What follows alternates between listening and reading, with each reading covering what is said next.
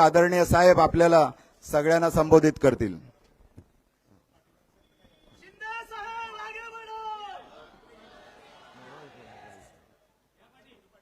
छत्रपती शिवाजी महाराज की जय भवानी।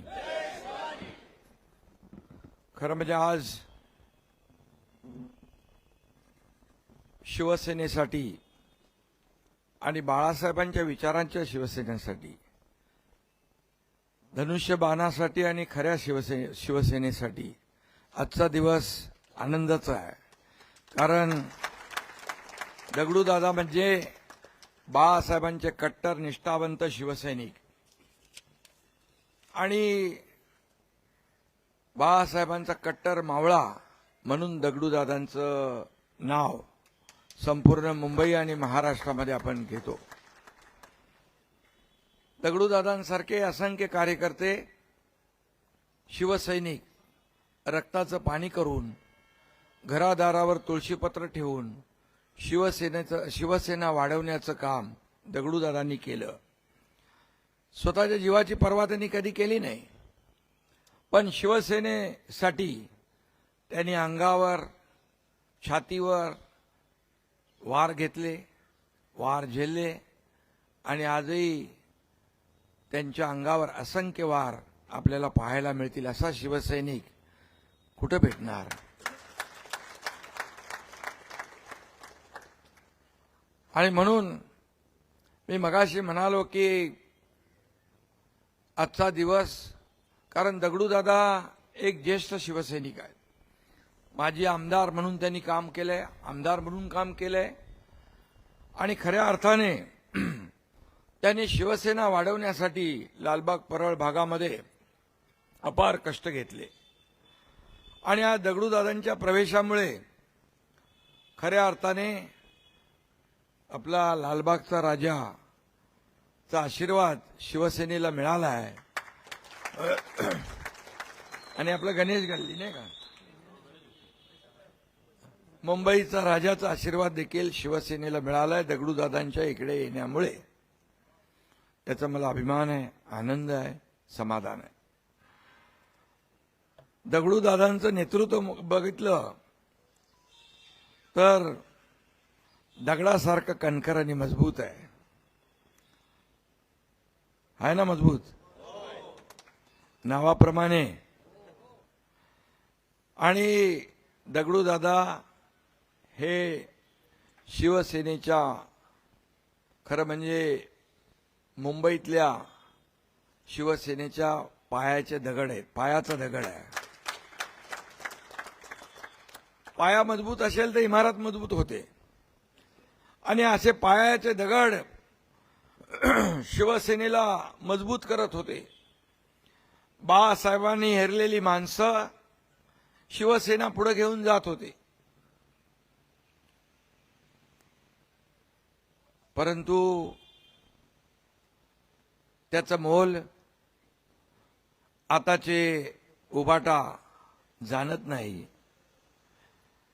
आणि अशा कडवट कार्यकर्त्यांना अशा प्रकारचे निर्णय का घ्यावे लागतात याचा विचारही करत नाहीत। गेला की तो कचरा अशा प्रकारचं त्याला दूषण देऊन बदनाम करून मोकळे होतात। अशाने पक्ष मोठा होत नाही। पक्ष मोठा करायला ज्या कार्यकर्त्यांनी खस्ता खाल्ल्या, जेल भोगले, किती वर्ष जेलात होते तुम्ही? 3.5 वर्ष, 3.5 वर्ष ज्या कार्यकर्त्यांना जेल भोगलं शिवसेनेसाठी, पक्षासाठी, त्यांची अवहेलना करणं हे फारच दुर्दैवी आहे। माझ्यासारखा कार्यकर्ताही आपल्या समोर उभा आहे आणि तेव्हाही काय घडले या महाराष्ट्रात, 2019ला काय घडले या महाराष्ट्रात तेही महाराष्ट्राने पाहिलं आणि 2022ला काय घडलं तेही या महाराष्ट्राने पाहिलं। पण 2019ला या महाराष्ट्रातल्या जनतेने स्वीकारलं नाही, परंतु 2022च्या उठावाला या महाराष्ट्रातल्या जनतेने स्वीकारलं. आणि म्हणून दादा झालेली 2024ची लोकसभा आणि झालेली विधानसभा यामध्ये जनतेने कौल दिला आणि आपण 80 जागा लढवून 60 आमदार निवडून आणले. जनतेने कौल दिला, जनतेने आपला निर्णय स्वीकारला, कारण महाराष्ट्रातल्या तमाम जनतेच्या मनातला निर्णय आम्ही घेतला. आणि म्हणून मी एवढंच सांगतो, बाळासाहेब अशा दगडूदादांसारख्या कार्यकर्त्याला, सहकार्याला सवंगडी समजायचे, परंतु आताचे जी लोक आहेत ती सवंगड्याला घरगडी समजायला लागले. मालक आणि नोकर हा भेद सुरू झाला. तिथेच या ठिकाणी आजची परिस्थिती निर्माण झाली. याचं आत्मपरीक्षण, आत्मचिंतन त्या लोकांनी केलं पाहिजे. बेळगावच्या लढ्यामध्ये पण दगडूदादा होते ना तुम्ही, आणि मी पण होतो तिकडे दुसऱ्या तुकडीत. तुम्ही मला वाटतं भुजबळ साहेबांच्या बरोबर होते आणि आम्ही दुसऱ्या तुकडीत होतो. आणि असे लोक तुरुंगवास, शिवसेनेसाठी आंदोलनासाठी, या सर्व सामान्य मराठी माणसासाठी असे अनेक लढे दिले आणि अनेक आंदोलनं केली. शेकडो केसेस दगडूदादांवर आहेत, परंतु केसचा कधी त्यांनी विचार केला नाही, जेलचा कधी विचार केला नाही. अगदी पहाडासारखे शिवसैनिकांच्या मागे ते उभे राहिले. हे मी माझ्या डोळ्यांनी पाहिलंय. मी माझा एक अनुभव सांगतो. मी सभागृहाचा नेता झालो. मला आनंद दिघे साहेबांनी सभागृह नेता बनवला ठाणे महापालिकेत. तेव्हा मी आमदार नव्हतो. दगडूदादा आमदार होते त्यावेळेस, तेव्हा नाही.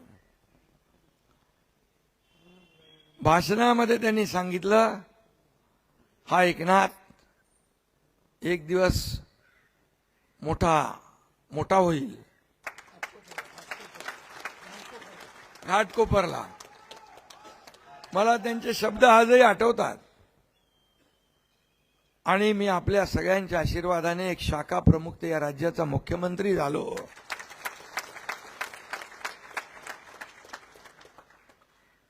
हे कष्ट, मेहनत, जिद्द आणि शिवसेना वाढवण्याचं जे काय वेळ या सगळ्यातून होत असतं. आज देखील मुंबईतले पण लोक आलेत आणि गावाकडचे लोक जे दगडूदादांवर प्रेम करतात तेही आलेत. आणि म्हणून मुंबईतला मराठी माणूस मुंबई महाराष्ट्रापासून तोडणार, या सगळ्या गोष्टी आता सुरू होऊ लागलेल्या आहेत. हे दरवेळेचं निवडणुका आल्या की ह्या सगळ्या विषय होत असतात. परंतु मी दगडूदादा आज इथे उपस्थित आहेत. मी आपल्या सगळ्यांना सांगू इच्छितो, मुंबई महाराष्ट्रापासून कोणी तोडू शकत नाही. जोपर्यंत सूर्य चंद्र आहे तोपर्यंत मुंबई महाराष्ट्राचीच आहे. आणि मराठी माणसाला ताठ मानेने जगण्यासाठी बाळासाहेबांनी शिवसेना स्थापन केली. आणि बाळासाहेबांच्या विचारात आम्ही पुढे घेऊन चाललोय.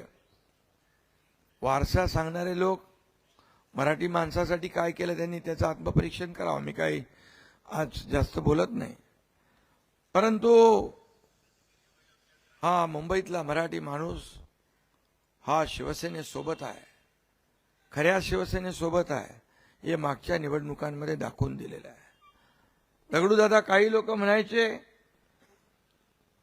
एकनाथ शिंदेची शिवसेना फक्त ठाण्यापुरती मर्यादित आहे, परंतु नगर परिषदेच्या निवडणुकीमध्ये शिवसेना चांदा ते बांदापर्यंत पसरली.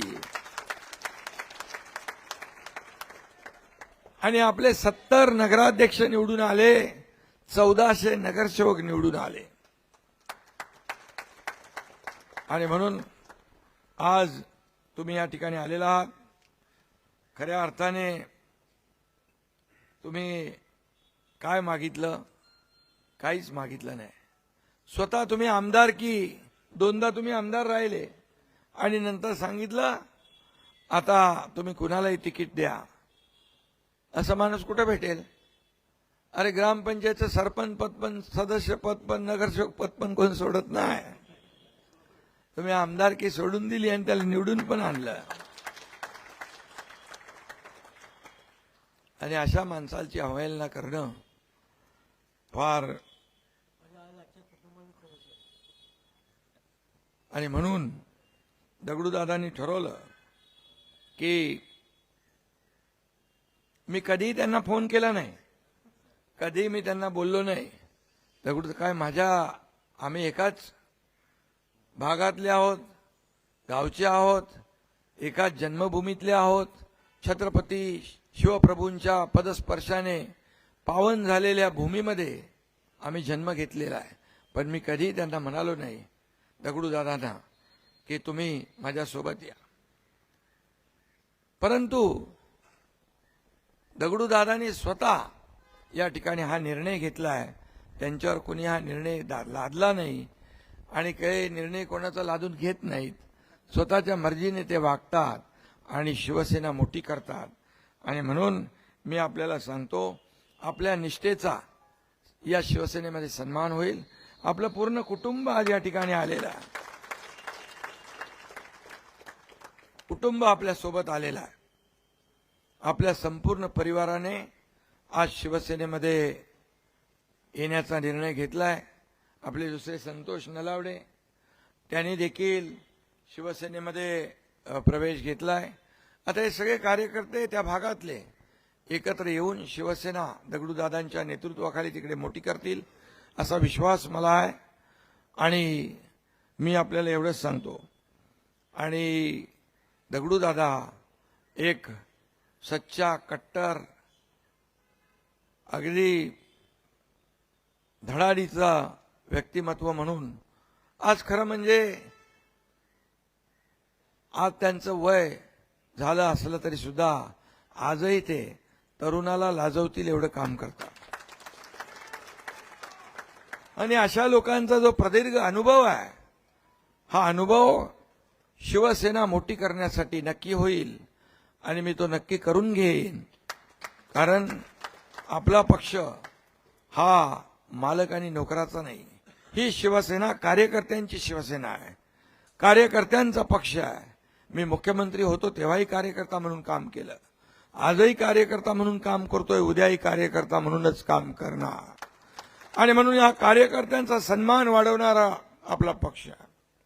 इथं कोणी मालक नाही, कोणी नोकर नाही. आणि म्हणून मी खूप खूप शुभेच्छा आपल्याला देतो. आणि काही लोकांना वाटतं काय दगडूदादांचं आता वय झालंय, काय करणार ते. पण मी सांगतो टायगर अभी जिंदा है.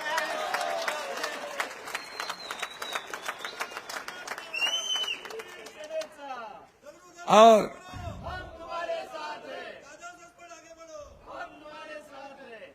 आणि एकच शेर सांगतो, दगडूदादा शेर है, दगडूदादा शेर है, उनके सामने बाकी सब ढेर है. सगळ्यांना पुन्हा खूप खूप शुभेच्छा. दगडूदादा तुमचं मनापासून स्वागत. तुम्ही जे भावना व्यक्त केल्या त्याच भावना 2022 साली माझ्या मनामध्ये होत्या. त्याच भावना एवढे वर्ष शिवसेनेमध्ये काम करून निर्णय घेताना नक्कीच भावना त्या तुमच्या मनात आल्यात, त्याच त्यावेळेस माझ्या मनात होत्या. परंतु आपल्या भावनांची कदर करणारे बाळासाहेब होते, आता बाळासाहेब नाहीत. आणि त्यामुळे आपल्यासारख्या कार्यकर्त्यांच्या भावना ओळखणारा नेता नाही. म्हणून आपल्याला हे निर्णय घ्यावे लागतात. शिवसेना वाचवण्यासाठी, शिवसेना पुढे नेण्यासाठी, बाळासाहेबांचे विचार तोडून मोडून टाकणाऱ्यांना धडा शिकवण्यासाठी, ज्यांनी धनुष्यबाण गहाण टाकला तो धनुष्यबाण सोडवण्यासाठी आणि शिवसेना पुढे नेण्यासाठी या ठिकाणी असे निर्णय घ्यावे लागतात. त्यामुळे आपण निर्णय घेतला. मी तुमचं अभिनंदन करतो. खूप खूप शुभेच्छा देतो. धन्यवाद. जय हिंद, जय महाराष्ट्र.